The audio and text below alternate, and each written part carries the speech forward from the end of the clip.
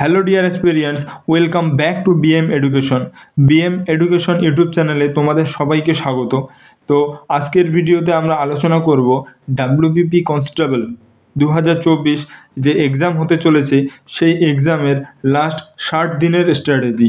তোমরা এই 60 দিনকে কিভাবে ভালোভাবে পড়লে তোমরা তোমাদের স্কোরকে, যাদের স্কোর 45 বা 45 বা 46 বা 50, তারা কিভাবে 65+ করতে পারবে সেটা তোমরা অনায়াসেই এই 60 দিনের স্ট্র্যাটেজি দেখলে বা এই স্ট্র্যাটেজি ভিডিওটা যদি তোমরা ভালোভাবে ফলো করো তাহলে অনায়াসেই 65+ তোমরা আনতে পারবে।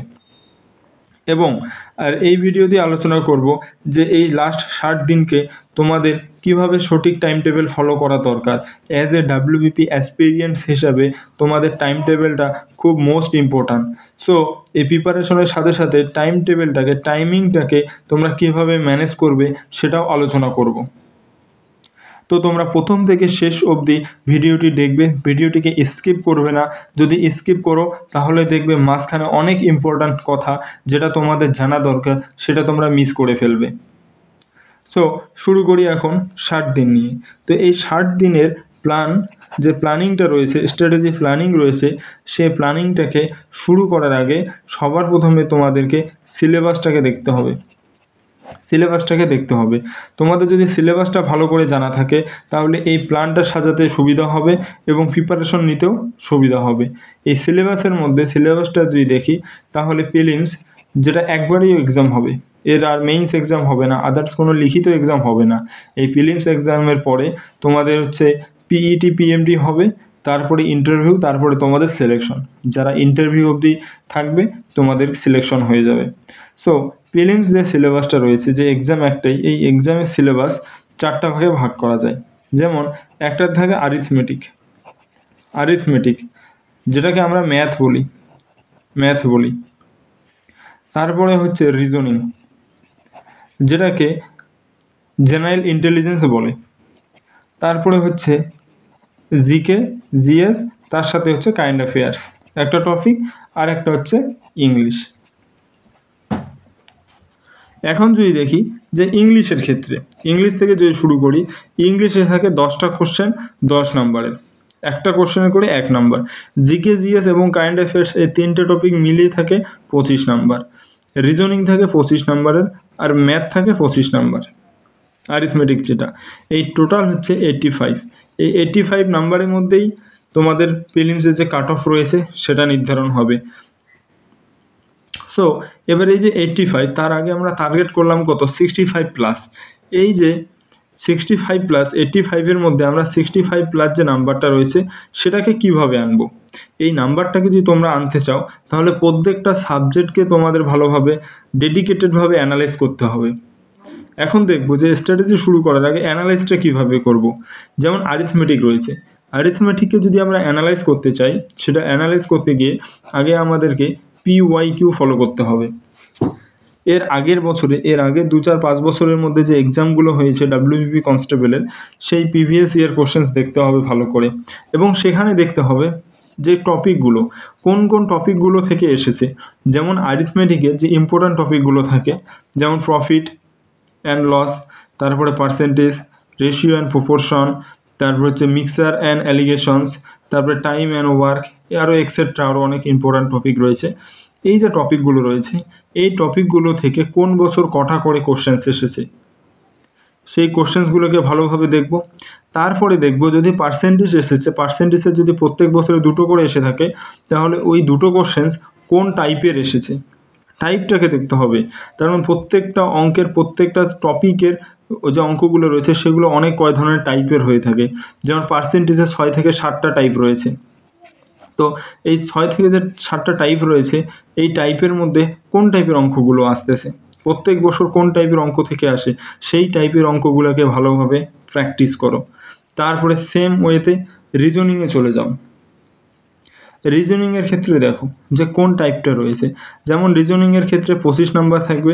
এই 25-এর মধ্যে যেমন ইম্পর্ট্যান্ট টাইপ হচ্ছে ব্লাড রিলেশনস, একটা মোস্ট ইম্পর্ট্যান্ট, সেটা থেকে একটা কোশ্চেন প্রত্যেক বছর আসবেই। তারপরে সিরিজ থেকে আসবে একটা, দুটো কোশ্চেন্স আসে। তারপরে হচ্ছে অ্যানালজি থেকে আসে। তারপরে কি আসে? কাউন্টিং ফিগার, কাউন্টিং ফিগার থেকে কোশ্চেন্স আসে। এই যে টপিকগুলো রয়েছে এই টপিকগুলোকে নোট ডাউন করো, একটা রাফ পেজ নিয়ে নাও, এই পেজের মাধ্যমে রিজনিং, উপরে রিজনিং লেখো, লেখার পরে ইম্পর্ট্যান্ট টপিকগুলো 1 2 3 নম্বর করে সব টপিক এভাবে লিখে নাও। লিখে নেওয়ার পরে সাইডে সার্কেল দাগ করো এবং প্রত্যেক দিন একটা করে ধরো। যেমন আজকে আমি ব্লাড রিলেশনস ধরবো, সেই ব্লাড রিলেশনকে ফুল কমপ্লিট করো। তারপর সেই রিলেটেড 100টা করে এমসিকিউ যেটা রয়েছে প্র্যাকটিস সেট থেকে 100টা করে ব্লাড রিলেশন প্র্যাকটিস করো, দেখবা এইভাবে রিজনিং কমপ্লিট। তারপরে জিকে জিএসকে ধরো, জিকে জিএসকেও সেম ওয়েতে জিকেটা যে রয়েছে স্ট্যাটিক জিকে যে বইগুলো রয়েছে সেই বইগুলো কিনে নাও, যে কোনো একটা স্ট্যাটিক জিকে ভালো একটা পাবলিকেশন স্ট্যাটিক জিকে বই ফলো করো। জিএসের জন্য বই ফলো করো, কারেন্ট অ্যাফেয়ার্স পড়ো ভালো করে। পড়ার পরে সেখান থেকে দেখো, যেমন জিকে রয়েছে, এই যে জিকের মধ্যে মেন টপিক কী রয়েছে, স্ট্যাটিক জিকে। এই স্ট্যাটিক জিকের মধ্যে পড়ো। স্ট্যাটিক জিকের ইম্পর্টেন্ট টপিক যেমন ন্যাশনাল পার্ক থেকে প্রত্যেক বছর কোশ্চেন্স আসে, এটা গেল। তারপরে অ্যাওয়ার্ডস থেকে, তারপরে কোশ্চেন্স আসে বুকস অ্যান্ড অথার্স। এই যে স্ট্যাটিক জিকের টপিকগুলো রয়েছে এই স্ট্যাটিক জিকের টপিকগুলোকে ভালোভাবে কভার করো। Books and author, awards, national park খুব ভালোভাবে মুখস্থ করো। এগুলো থেকে প্রত্যেক বছরই এসে থাকে এবং প্রিভিয়াস ইয়ার কোশ্চেন্সে দেখো যে কোন কোন টপিকগুলো আসছে। জিকের ক্ষেত্রেও সেম, প্রিভিয়াস ইয়ার কোশ্চেন যখন দেখবে তখন খাতার মধ্যে নোট ডাউন পয়েন্ট লেখো, লেখার পরে দেখো কোন টপিক থেকে আসছে। যদি নদ নদী থেকে কোশ্চেন্স আসে লেখো, তারপরে যদি আসে ন্যাশনাল পার্ক তাহলে পার্ক থেকে লেখো। তারপরে এইভাবে সমস্ত টপিককে ফলো করো, অ্যারিথমেটিক বলো, রিজনিং বলো, জিকে জিএস বলো, ইংলিশ বলো, সমস্ত টপিকগুলোকে এইভাবে ফলো করো এবং প্রিভিয়াস ইয়ার কোশ্চেনটাকে অ্যানালাইজ করো। এইভাবে করার পরে প্রিপারেশনটা নাও, প্রত্যেক দিন একটা করে টপিক ধরো আর পড়ো।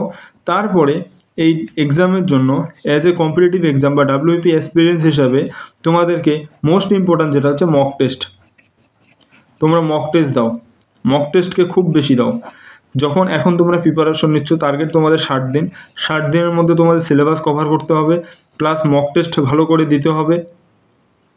সো এই যে যখন 60 দিন শুরু করলে, আজকে প্রথম দিন, 60 দিন টার্গেট নিয়ে আজকে যখন প্রথম দিন শুরু করবে, প্রথম দিনে করো কি, যে কোনো একটা ফুল লেন্থ মক টেস্ট দাও, ফুল লেন্থ মক টেস্ট দিয়ে দাও। এই মক টেস্টে দেখো তোমাদের স্কোর কত আসছে। যদি 30 আসে বা 35 আসে, কারো 40 আসতে পারে, কারো 50 আসতে পারে, দেখো। কারো যদি কম এসে থাকে তোমরা ঘাবড়াবে না, তার কারণ যখন তোমরা যদি কম পেয়ে থাকো, দেখা গেলো 25 পেলে বা 30 পেলে, তো তাহলে টার্গেট নিবে যে 30 তো আমাকে 65 প্লাস করতে হবে। এই যে আরও যে আমাকে 35 নাম্বার লাগে, 35 নাম্বার লাগে, এই 35 নাম্বার তুলতে আমাকে কি করতে হবে, বা আমার যে টপিকগুলো রয়েছে কোন কোন টপিকে আমি উইক রয়েছি। ম্যাথে যদি ম্যাথের কথা বলি, অ্যারিথমেটিকে, এই ম্যাথের মধ্যে কোন টপিকে আমি উইক রয়েছি, আমার প্রবলেম হচ্ছে, জিকেতে কোথায় প্রবলেম হচ্ছে, ইংলিশে কোথায় প্রবলেম হচ্ছে, তারপরে যদি বলি রিজনিংয়ে কোথায় প্রবলেম হচ্ছে।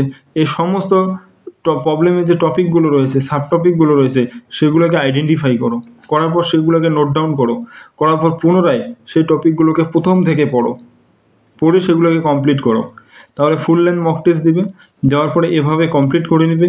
করে নেওয়ার পর যখন তোমাদের প্রিপারেশন মোটামুটি 60 দিনের মধ্যে 30 দিন পার হয়ে যাবে, মোটামুটি একটা প্রিপারেশন তোমাদের চলে আসবে, তখন দিবে sectional mock test, subject wise mock test দাও। তারপরে 60 দিনের মধ্যে 15 দিন যখন থাকবে, তখন আবার ফুল লেন্থ মক টেস্ট দেওয়া শুরু করো। দেখবা তখন তোমাদের 30, 35, 40 আটকাবে না, তখন তোমাদের নাম্বার প্রায় 55 থেকে 60-এ চলে আসবে, গ্যারান্টি আসবেই তোমাদের নাম্বার 60-এর মধ্যে। তোমরা যদি এইভাবে ডেডিকেটেডভাবে পড়ো আর এই যে পিওয়াইকিউ ভালোভাবে অ্যানালাইজ করো, ইম্পর্ট্যান্ট টপিকগুলো নোট ডাউন করে সেই টপিকগুলোকে যদি বারবার পড়ো, দেখবে অনায়াসেই তোমরা 55 থেকে 60 কোনো ব্যাপারই না তোমাদের তোলা। তো এই ছিল আজকের ভিডিওটা যদি ভালো লেগে থাকে তাহলে অবশ্যই বিএম এডুকেশন চ্যানেলটিকে অবশ্যই সাবস্ক্রাইব করবে, পাশে থাকা বেল আইকনটিতে ক্লিক করবে এবং ভিডিওটি তোমাদের যে বন্ধুরা আছে যারা স্ট্রাগল করছে প্রিপারেশনের সময় তোমাদের সাথে, তাদেরকে শেয়ার করো, তারাও যাতে দেখে সেভাবে প্রিপারেশন নিতে পারে।